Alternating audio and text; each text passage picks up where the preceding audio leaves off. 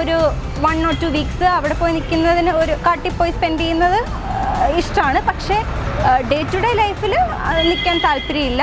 City ലൈഫാണ് കൂടുതൽ prefer ചെയ്യുന്നത്. കാട്ടിൽ പോകുമ്പോൾ കുറഞ്ഞ പക്ഷം എനിക്കൊരു ആനയെ കാണാനാണ് ഇഷ്ടം. പക്ഷികളെ പറ്റി കാട്ടിൽ പോയാൽ കാണണമെന്നൊന്നുമില്ല.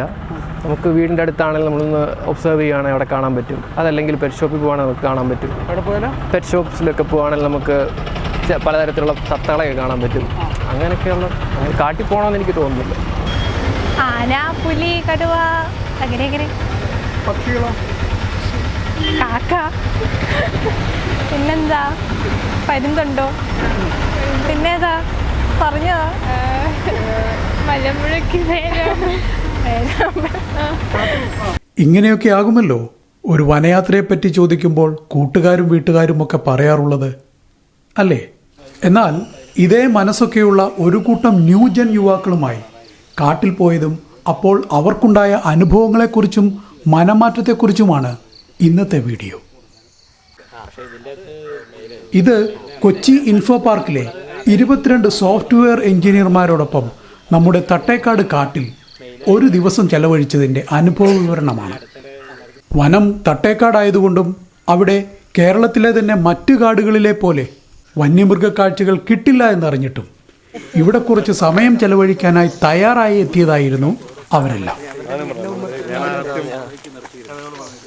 അങ്ങനെ ഒരു ദിവസം ഈ കാട്ടിൽ ചെലവഴിച്ചു കഴിഞ്ഞപ്പോൾ അവരിൽ ഓരോരുത്തരുടെയും കാഴ്ചയും കാഴ്ചപ്പാടുകളുമൊക്കെ എങ്ങനെയൊക്കെയാണ് മാറിപ്പോയത് എന്നത് അത്ഭുതകരമാണ്. എനിക്ക് ആകെ അറിയുന്ന കുറച്ച് പക്ഷികൾ മാത്രമായിരുന്നു. വ്യത്യസ്ത തരം പക്ഷികളും അവരുടെ ഹാബിറ്റേറ്റ്സും ഒക്കെ കണ്ടിട്ട് ഭയങ്കര രസം തോന്നി. മീൻസ് കുറച്ചൊക്കെ നമ്മളിങ്ങനെ ഇതിൽ മാറി ചിന്തിച്ച് ഇവിടേക്കൊക്കെ ഇടയ്ക്കൊക്കെ വരണം എന്ന് തോന്നി. ഓവറോളൊരു ഗ്രേറ്റ് എക്സ്പീരിയൻസ് ആയിരുന്നു. അപ്പോൾ നല്ലൊരു എക്സ്പീരിയൻസ്. ഇവർ രണ്ടുപേരും പറഞ്ഞു തരുന്നതൊക്കെ ഭയങ്കര ഉപകാരപ്പെട്ടെന്ന് മാത്രമല്ല, ഇപ്പോൾ നമ്മൾ കാണുന്ന മരങ്ങളാണെങ്കിൽ പോലും പലപ്പോഴും ശ്രദ്ധിക്കാതെ പോകുന്ന പല പല കാര്യങ്ങളും ഇവരൊക്കെ പറഞ്ഞു തന്നു. അത് ഭയങ്കര പിന്നെ ഇടയ്ക്കിടയ്ക്ക് പറയുമായിരുന്നു. ഇപ്പോഴാണ് അതിൻ്റെ ഒരു ഷോർട്ട് വേർഷൻ ആണെങ്കിലും കിട്ടിയത്. ഭയങ്കര നല്ല എക്സ്പീരിയൻസ് ആയിരുന്നു. ഭയങ്കര എൻജോയ് ചെയ്തു. ഒരു പ്രധാനപ്പെട്ട കാരണത്താലാണ് ഈ മാറ്റം അവരിൽ ഉണ്ടായത് എന്നാണ് ഞാൻ വിശ്വസിക്കുന്നത്. ഇവിടെ എക്സ്പ്ലോർ ചെയ്യുന്നതിന് വേണ്ടി അവർ തിരഞ്ഞെടുത്തത് ഈ കാട്ടിലൂടെയുള്ള ഒരു നടത്തമാണ് എന്നതാണ് അത്. നമ്മൾ ഒരു ഡോക്യുമെൻ്ററി ഫിലിം കാണുന്നു, സൂവിൽ പോയി മൃഗങ്ങളെ കാണുന്നു, അല്ലെങ്കിൽ വാഹനത്തിലിരുന്ന് ഒരു സഫാരിക്ക് പോകുന്നു. ഇതൊക്കെ വന്യതയുടെ പലതരത്തിലുള്ള ആസ്വാദനങ്ങളാണ്.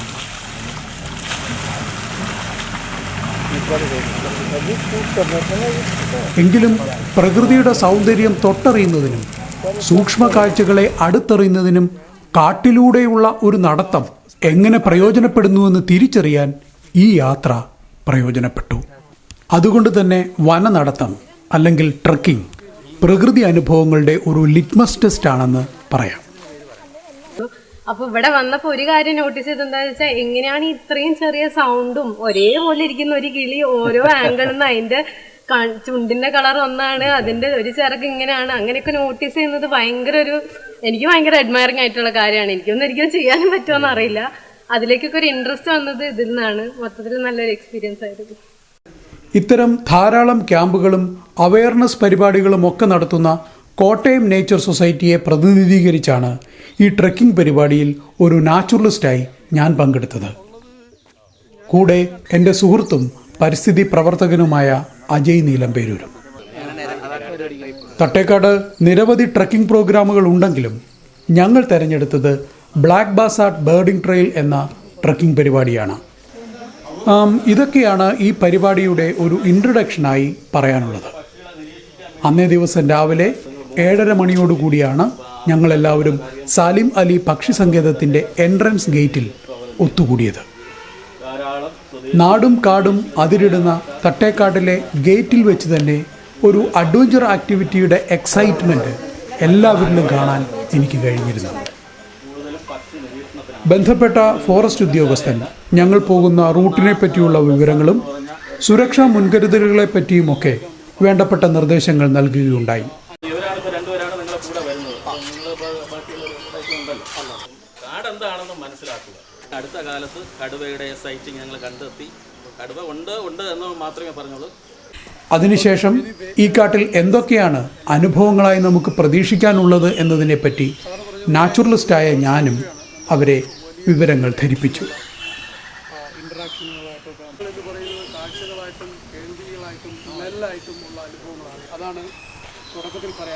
അങ്ങനെയാണ് ആ നടത്തം ആരംഭിച്ചത്.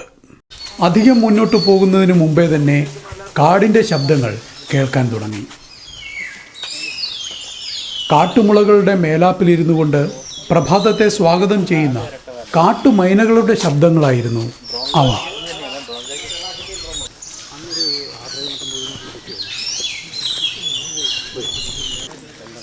ആദ്യമായി കണ്ട ജലാശയത്തിലെ 3 തരം പക്ഷികളായിരുന്നു അവരുടെ ശ്രദ്ധയെ ഗൗരവമുള്ളതാക്കി മാറ്റിയത്. മറുകരയിൽ ജലാശയത്തിനു മുകളിലൂടെ പറന്നുകൊണ്ടിരുന്ന കരിയാള എന്ന പക്ഷിയും മരക്കുറ്റിയിൽ ഇരിപ്പുറപ്പിച്ച നീർക്കാക്കയും പിന്നെ ആ പൊന്മാനുമൊക്കെ തേടുന്നത് ജലജീവികളെ ആണെങ്കിലും അവയെ പിടിക്കുന്നതിന് ഈ 3 തരം പക്ഷികളും സ്വീകരിക്കുന്നത് 3 തരം മാർഗങ്ങളാണ് എന്ന് ഞാൻ പറഞ്ഞപ്പോഴാണ് അവരുടെ കൗതുകം വർദ്ധിച്ചത്.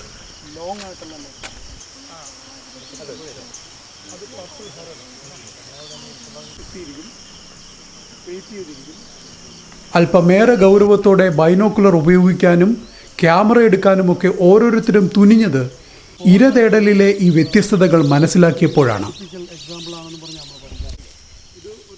ക്യാമറയൊന്നും കയ്യിലില്ലാത്തവർ അവരുടേതായ മാർഗങ്ങളിലൂടെ ആ കാഴ്ചയെ പകർത്തിക്കൊണ്ടുമിരുന്നു. ബാക്കിയുള്ളവർ അവിടെ നിന്നും നടത്തം ആരംഭിച്ചെങ്കിലും ചില നല്ല ഫ്രെയിമുകൾക്ക് വേണ്ടി അവിടെ തന്നെ അപ്പോഴും തുടരുന്നുമുണ്ടായിരുന്നു. എൻ്റെ പേര് പ്രിയ. സോ ഞങ്ങൾ ഓഫീസിൽ നിന്ന് എല്ലാവരും കൂടെ തട്ടേക്കാട് വന്നിരിക്കുകയാണ്. So this is A part of 1 day nature walk. So ഇതിനു മുമ്പായിട്ട് ഞാൻ പോയിട്ടുള്ളത് വാഴച്ചാൽ ഫോറസ്റ്റിലാണ്. കമ്പയർ ചെയ്യുമ്പം ഇത് രണ്ടും 2 തരത്തിലുള്ള ഫോറസ്റ്റാണ്. This is more dense. ഇവിടെ മെയിനായിട്ടുള്ളത് ബേർഡ്സാണ്. നമുക്ക് പലതരത്തിലുള്ള ബേർഡ്സിനെ കാണാൻ പറ്റും. ഐ തിങ്ക് ഓൾമോസ്റ്റ് കുറേ ബേർഡ്സിന് ഞങ്ങൾക്ക് കാണാൻ പറ്റി സിൻസ് ഞങ്ങൾ ഏർലി മോർണിംഗ് വന്നതുകൊണ്ട്. സോ ഒരു ബേർഡ് വാച്ച് പെർസ്പെക്റ്റീവിൽ this is my first experience and it was very nice. Of course ഇനിയും ട്രക്കിങ്ങിനും അതുപോലെ തന്നെ നാച്ചുറൽ വാക്കിനും എനിക്ക് ഒരുപാട് താല്പര്യമുണ്ട്. ബിക്കോസ് എവറി ടൈം നമ്മളൊരു പുതുതായിട്ടൊരു ടെറൈനിൽ പോകുമ്പം അവിടെയുള്ള കാര്യങ്ങൾ പഠിക്കാനും കൂടുതൽ നേച്ചറിനെ അറിയാനും കൂടുതൽ സ്പീഷീസിനെ അറിയാനും പറ്റുന്നുണ്ട്. സോ ഈ കാട് അത്രയേറെ ഡെൻസായിരിക്കുവാൻ ഇടതിങ്ങി വളരുന്ന മരങ്ങൾ മാത്രമല്ല കാരണമായിരുന്നത്. കാടിന് പുറത്ത് പരന്നു തുടങ്ങിയിരുന്ന വെളിച്ചം കാട്ടിനുള്ളിൽ വീണു തുടങ്ങിയിരുന്നില്ല. ആ ഇരുളുമയും വന്യതയുടെ ആഴം വർദ്ധിപ്പിക്കുവാൻ കാരണമായിരുന്നു. അല്പം കൂടി മുമ്പോട്ട് പോയപ്പോഴാണ് റോഡിനിരുവശവും വളരുന്ന ചിലതരം മരങ്ങളെപ്പറ്റിയുള്ള ചോദ്യവും സംശയവുമൊക്കെ ഉണ്ടായത്. ചിലതരം മരങ്ങൾ ധാരാളമായും മറ്റു ചിലവ കുറവായും കാണപ്പെടുന്നത് എന്തുകൊണ്ടാണെന്നായിരുന്നു ചോദ്യം. അതിനുത്തരമായി വട്ട പോലെയുള്ള മരങ്ങൾ കാട്ടിൽ ധാരാളമായി വളരാനുള്ള കാരണം എന്താണെന്നും പിന്നീട് അവയ്ക്ക് എന്ത് സംഭവിക്കുമെന്നും ഞാൻ പറഞ്ഞു കൊടുക്കുകയുണ്ടായി. അതായത് ഒരു കാലത്ത് ഡിസ്റ്റർബ്ഡ് ആയിരുന്ന കാട് ആരോഗ്യമുള്ള ഒന്നായി മാറിക്കൊണ്ടിരിക്കുമ്പോൾ ചിലതരം മരങ്ങൾ ആദ്യം വളരുകയും മറ്റു തരം മരങ്ങൾ പിന്നീട് വളരുകയും ചെയ്യുക എന്നത് കാടിൻ്റെ പുനരുജ്ജീവനത്തിൻ്റെ രസകരമായ ഒരു പ്രോസസ്സ് ആണെന്നാണ് ഞാൻ പറഞ്ഞു കൊടുത്തത്.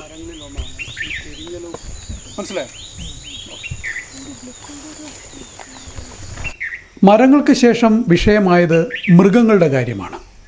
ഒരു കാലത്ത് തേക്കുതോട്ടമായിരുന്ന ഇവിടം ഇപ്പോൾ സ്വാഭാവിക വനമായി മാറിക്കൊണ്ടിരിക്കുകയാണ്. അതുകൊണ്ട് തന്നെ സസ്യബുക്കുകളായ മൃഗങ്ങളുടെ എണ്ണം ഇവിടെ പതിയെ കൂടി വരുന്നതേയുള്ളൂ. വരുന്നുണ്ട് അങ്ങനെ വന്നിക്കോളും.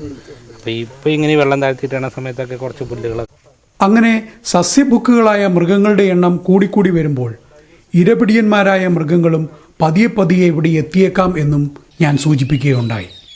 പുള്ളിപ്പുലിയുടെയും കടുവയുടെയും സാന്നിധ്യവും അതുകൊണ്ട് തന്നെ ഇപ്പോൾ അവിടെവിടെയായി റിപ്പോർട്ട് ചെയ്യപ്പെടുന്നുമുണ്ട്. അപ്പോഴാണ് കടുവയുടെ സാന്നിധ്യം ഈ അടുത്ത സമയത്ത് കണ്ടെത്തിയതായി ഗൈഡായി വന്നയാൾ സൂചിപ്പിച്ചത്.